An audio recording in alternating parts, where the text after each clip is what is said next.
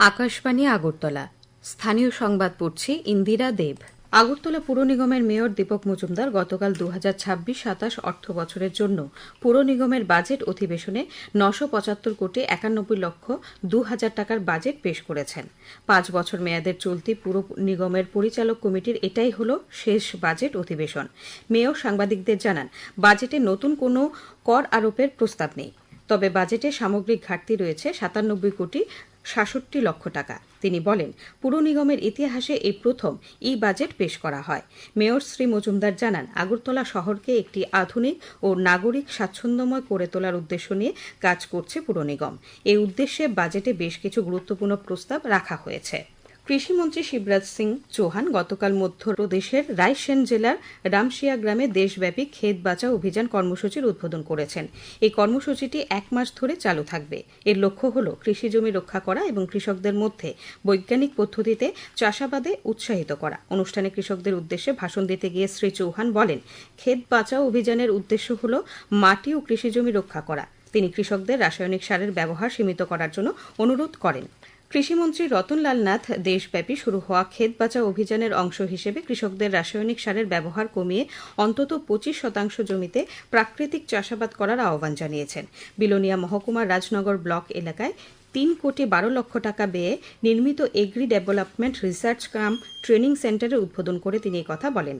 তিনি বলেন, কৃষকদের বিভিন্ন সরকারি সুবিধা ও কৃষিযন্ত্র সরবরাহের ফলে রাজ্যে কৃষি উৎপাদনশীলতা বৃদ্ধি পেয়েছে। কৃষি জমি খালি না রেখে সরকারি প্রকল্পের সুবিধা গ্রহণ করে উৎপাদন বৃদ্ধি করার জন্য তিনি কৃষকদের প্রতি আহ্বান জানিয়েছেন। নির্বাচন কমিশন গতকাল 10টি রাজ্য থেকে রাজ্যসভার 24টি আসনের দ্বিবার্ষিক নির্বাচনের বিজ্ঞপ্তি জারি করেছে। মহারাষ্ট্র, তামিলনাড়ু ও উড়িষ্যায় একটি করে রাজ্যসভা আসনের উপনির্বাচনের বিজ্ঞপ্তিও জারি করা হয়েছে। গতকাল থেকে 8 জুন দুপুর 3টে পর্যন্ত মনোনয়নপত্র জমা দেওয়া যাবে। মনোনয়নপত্র প্রত্যাহারের শেষ দিন হল 11 জুন। আগামী 18 জুন ভোট গ্রহণ ও ভোট গণনা অনুষ্ঠিত হবে।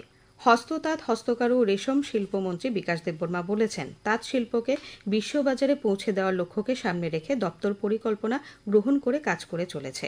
গতকাল হস্ততাঁত, হস্তকারু ও রেশম শিল্প দপ্তর উদ্যোগে আমবাসা পঞ্চায়েত রাজ ট্রেনিং ইনস্টিটিউটে এক জেলা ভিত্তিক পরামর্শমূলক অনুষ্ঠানে কথা বলেন তিনি।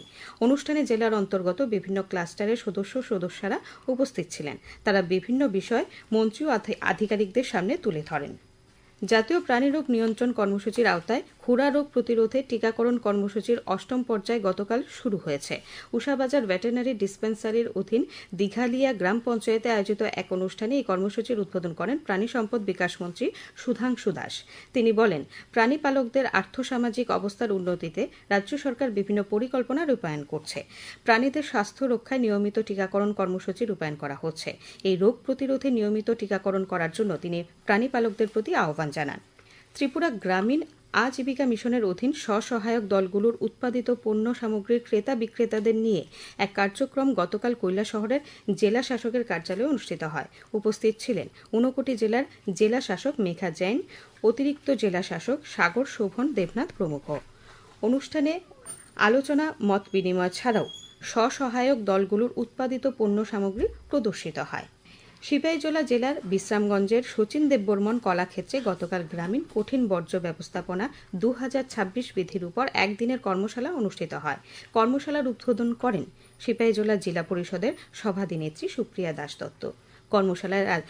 কর্মশালায় বর্জ্য সংগ্রহ এবং তার পুনর্ব্যবহারযোগ্য করার বিষয়ে উপস্থিত সকলকে প্রশিক্ষণ প্রদান করেন বিশেষজ্ঞরা।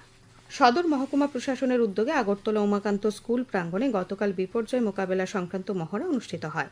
এই মহড়ায় Assam rifles, NDRF, TSR, SDRF, ONGC, গেল, সিভিল ডিফেন্স, দমকল, আগরতলা পুর নিগম সহ বেশ কিছু সরকারি দপ্তরের কর্মচারীরা অংশগ্রহণ করেন। এখন আবহাওয়ার খবর। আগামী 24 ঘণ্টায় রাজ্যের সবকটি জেলায় বজ্রবিদ্যুৎ সহ বৃষ্টিপাতের সতর্কতা জারি করেছে আবহাওয়া দপ্তর। আজ দিনে সর্বোচ্চ তাপমাত্রা 35 ডিগ্রি সেলসিয়াসের কাছাকাছি থাকতে পারে। আগরতলায় আজ ভোরে সর্বনিম্ন তাপমাত্রা ছিল 26.6 ডিগ্রি সেলসিয়াস। স্থানীয় সংবাদ এখনকার মতো শেষ হলো। পরবর্তী বাংলা স্থানীয় সংবাদ প্রচারিত হবে সন্ধ্যে 7:55 মিনিটে।